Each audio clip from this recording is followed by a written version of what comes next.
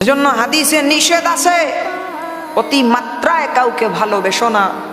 তোমার সেই বিশ্বাসে ভালোবাসায় সেই মানুষ একদিন কাল সাপ যেমনিতে ছুবল মারতে পারে, সেও তেমন ছুবল মারতে পারে। আহারে মানুষ মানুষকে ঠকায়, কেমনে ঠকায়?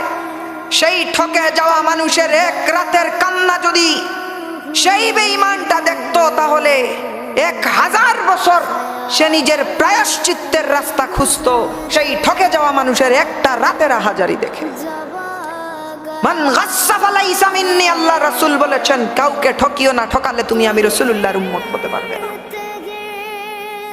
এজন্যই তো মির্জা গালিব লিখেছেন, যৌবনে আমার প্রথম ভুল ছিল, আমি স্রষ্টার প্রেমে না পড়ে কোনো সৃষ্টির প্রেমে পড়েছিলাম।